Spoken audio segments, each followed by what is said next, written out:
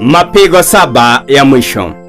Wakati Kristo atakapokomesha huduma yake ya uombezi katika hekalo la mbinguni, ghadhabu yake isiyochanganyikana na huruma itawakabili wote wanaomwabudu mnyama na sanamu yake, na kupokea chapa yake itamwagwa. Ufunuo 14 fungu la 9 na fungu la 10.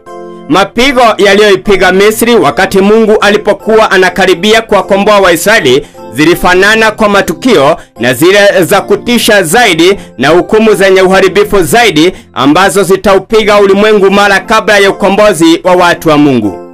Pigo la kwanza. Pakawa na jipu mbaya mbovu juu ya wale watu wenye chapa ya huyo mnyama na wale wenye kuisujudia sanamu yake. Ufunuo 16 fungu la 2. Pigo la pili.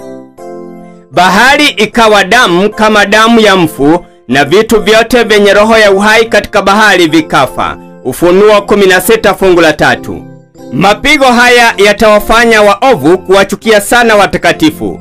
Waovu walidhani kama watakatifu wangeondolewa duniani, mapigo yangekoma, na hili litasababisha watakatifu kulia usiku na mchana kwa ajili ya ukombozi wao. Pigo la 3. Nayo mito na chemichemi za maji zikawa damu. Kwa jinsi mateso haya yalivyo ya kutisha, bado haki ya Mungu inasimama, ikiwa imethibitishwa kuwa ya haki. Malaika wa Mungu anatangaza, wewe mwenye haki, uliyeko na uliyekuwako, mtakatifu, kwa kuwa umehukumu hivi, kwa kuwa walimwaga damu ya watakatifu na manabii, nawe umewapa damu wainywe, nao wamestahili. Ufunuo 16 fungu la 4 hadi 7. Kwa kuwahukumu watu wa Mungu kifo, kwa kweli wamepata hatia ya damu yao, kana kwamba ilikuwa imemwagwa kwa mikono yao. Pigo la 4. Katika pigo litakalofuata, jua likapewa uwezo kuwaunguza wanadamu kwa moto. Wanadamu wakaunguzwa maunguzo makubwa. Ufunuo 16 fungu la 8 na fungu la 9. Manabii wanaelezea hali ya dunia katika kipindi hiki cha kuogofya. Nchi inaomboleza, mavuno ya mashamba yamepotea. Naam, miti yote ya mashamba imekauka, maana furaha imekauka katika wanadamu. Mbegu zinaoza chini ya udongo wake, ghala zimeachwa ukiwa, jinsi wanyama wanavyougua.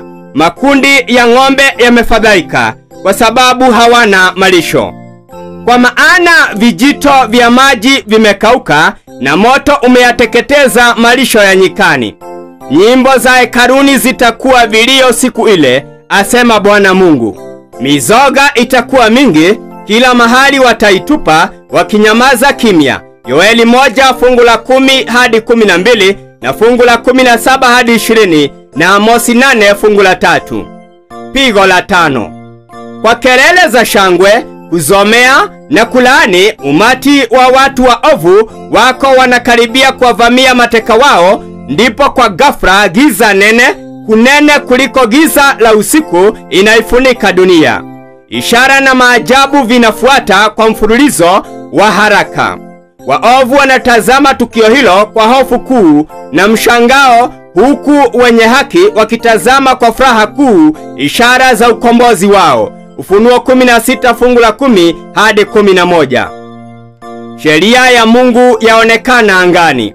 Panaonekana mkono angani ukiwa umeshikilia bao mbili za mawe zilizokunjwa kwa pamoja.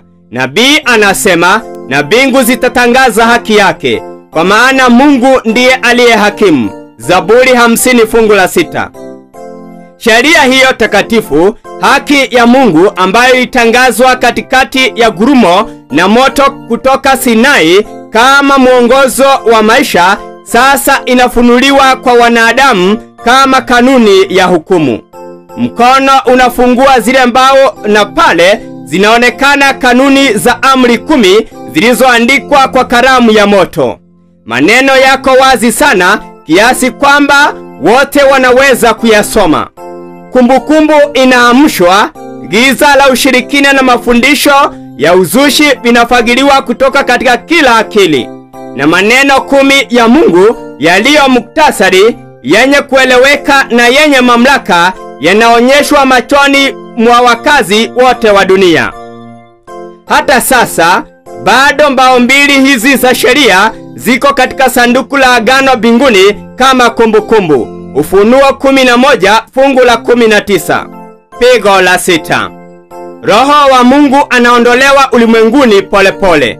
Shetani pia anaimarisha majeshi yake ya uovu kuwaendea wafalme wa dunia na wa ulimwengu wote, wakusanya chini ya bendera yake ili wafunzwe kwa ajili ya vita ya siku ile kuu ya Mungu Mwenyezi. Ufunuo 16 fungu la 14. Pambano la kutisha liko mbele yetu. Tunaikaribia vita ya siku ile kuu ya Mungu Mwenyezi. Kile ambacho kimekuwa kikidhibitiwa kitaachiwa huru. Malaika wa rehema anakuja mabawa yake akijiandaa kuondoka kutoka kwa kiti cha enzi na kuacha ulimwengu katika udhibiti wa Shetani. Mamlaka na nguvu za dunia zimo katika maasi makubwa dhidi ya Mungu wa mbinguni. Wamejaa chuki dhidi ya wale wanaomtumikia. Na muda si mrefu hivi karibuni vita kuu itapiganwa kati ya wema na uovu. Dunia itakuwa uwanja wa vita. Matukio ya shindano la mwisho, hapa ambapo Shetani kwa muda mrefu amewaongoza watu kinyume na Mungu, wasi utazimwa milele. Pigo la 7. Tunahitaji kujifunza juu ya kumiminwa kwa kichupa cha 7. Ufunuo 16 fungu la 17 hadi 21. Nguvu za uovu hazitaachia vita bila mapambano, lakini maongozi ya Mungu yana sehemu kufanya katika vita vya Armageddon. Wakati dunia inapoangazwa na utukufu wa malaika wa Ufunuo 18, nguvu za kidini, wema na uovu zitaamka kutoka katika usingizi, na majeshi ya Mungu aliye hai yatachukua uwanja wa vita.